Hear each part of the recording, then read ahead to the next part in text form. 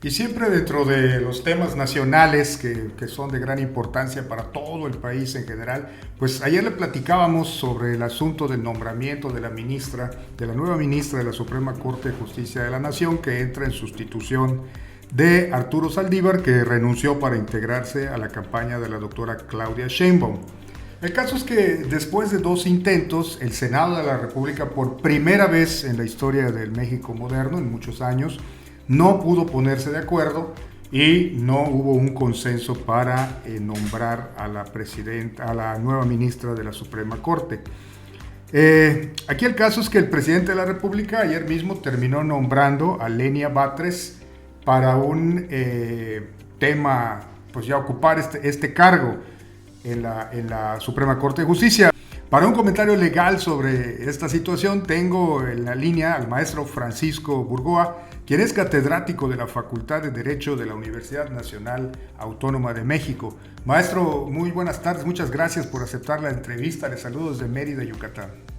Al contrario, doctor, muy buenas tardes. Justo estaba hace una semana por allá por Mérida, en el bello Mérida. Un fuerte abrazo hasta allá.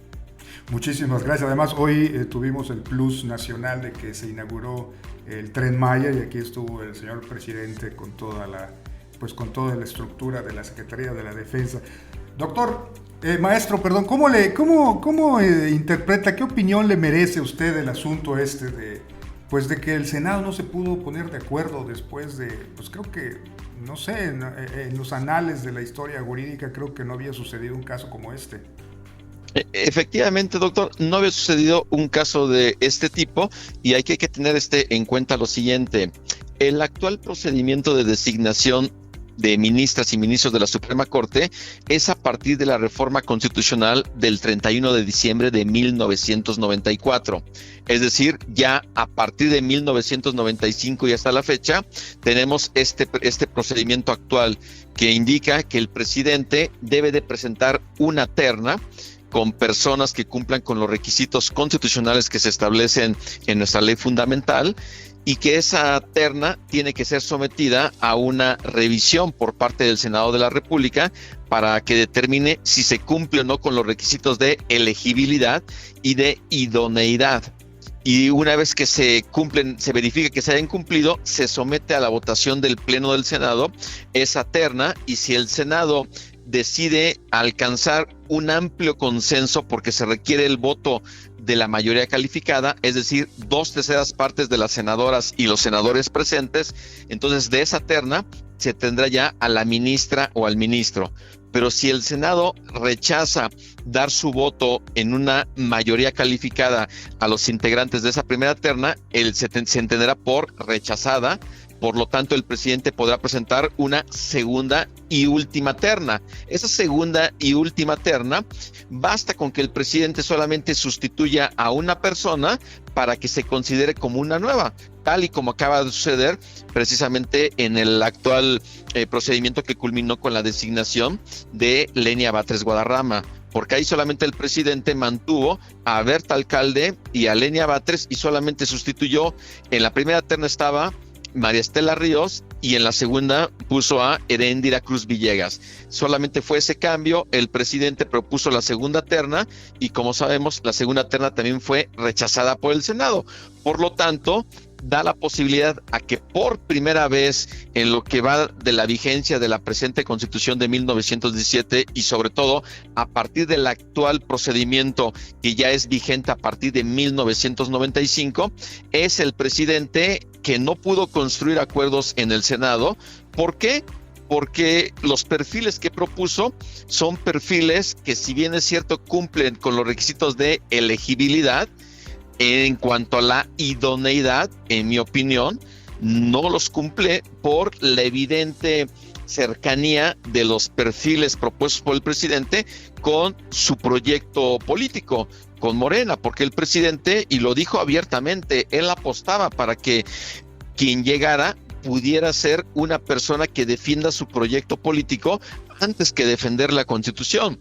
De ahí que la mayoría o la oposición simplemente se mantuvo en emitir votos en contra en las dos ternas, y de ahí que el presidente por vez primera hace el nombramiento de forma directa y que recae en la persona de Lenia Batres Guadarrama, quien ya fue nombrada por el presidente por un periodo de 15 años.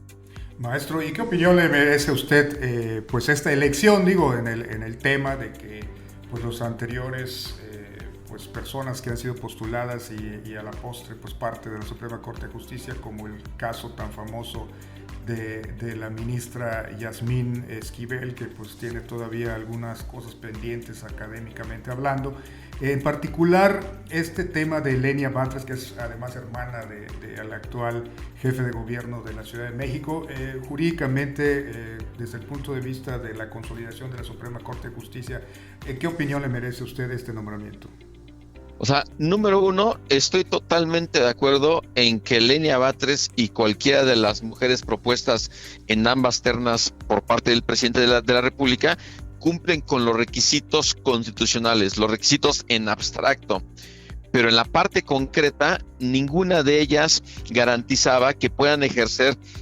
sus funciones con autonomía e independencia. El propio presidente de la República pues se ha manifestado en contra de cómo han venido ejerciendo sus funciones Margarita Ríos Farjat y Juan Luis González Alcántara, porque de ellos dos fueron propuestos por el presidente. En cambio, en el caso de Yasmín Esquivel y de Loretta Ortiz, no dice nada porque ahí sí está contento el presidente. Eso es lo que quiere el presidente, y desde el punto de vista de garantizar esa defensa a su proyecto político, hacia las políticas de Morena, actos de gobierno de Morena o actos legislativos que provengan por la mayoría de Morena y sus aliados en ambas cámaras del Congreso, esa era la apuesta del presidente, y esa es la parte que sí me parece desafortunada, porque inclusive si nosotros solamente revisamos la intervención que tuvo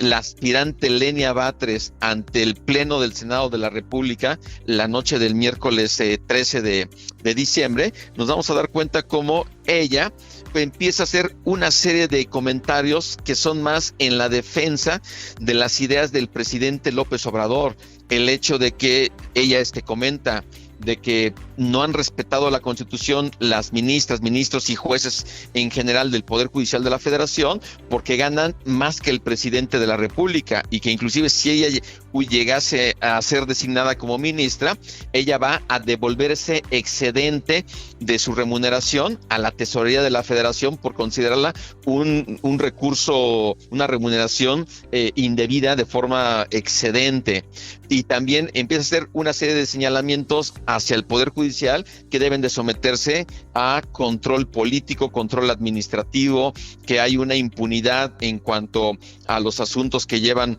los propios ministros y que emiten sus votos o sus resoluciones de una forma que pues considera que son de dudosa de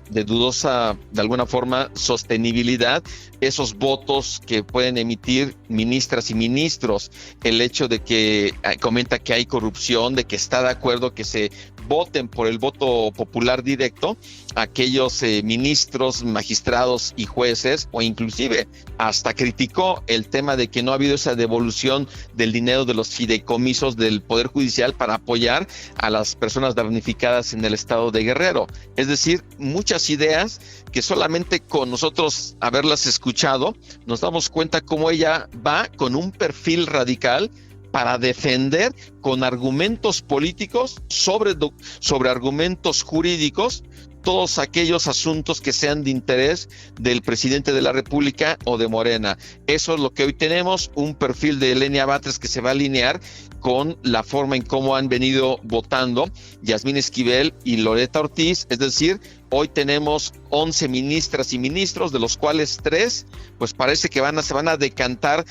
para defender a ultranza todos los proyectos de Morena, y 8 son los que van a mantener la defensa de la Constitución. Esa es la corte que en estos momentos hoy tenemos, y que a partir del 1 de diciembre de 2024 pues va a cambiar indudablemente esta configuración, porque concluye en su cargo el ministro Luis María Aguilar Morales, y la próxima persona que gane la presidencia de la República, que sea la presidenta de México, va a tener la posibilidad de proponer también una terna ante el Senado para que el Senado de esa terna elija a quien va a ser ministra o ministro, y si no una segunda terna, y si no que se haga una designación directa. Es decir, hay una tendencia para poderse, pues valga la expresión, apoderarse o obradorizar el Poder Judicial, empezando por su cabeza, por el máximo tribunal constitucional como es la Suprema Corte de Justicia de la Nación.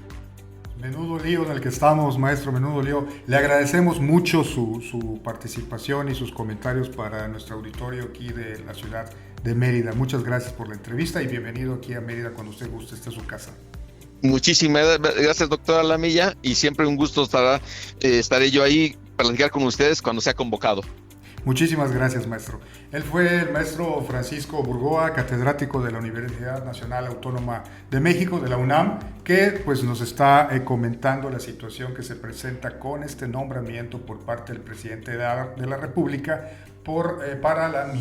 nueva ministra de la Suprema Corte de Justicia de la Nación. Soy Santiago Alamilla y estamos en A la Milla con el Sol, en 88.1 FM en el sur del estado y en www.solyucatán.mx/radio. Continuamos.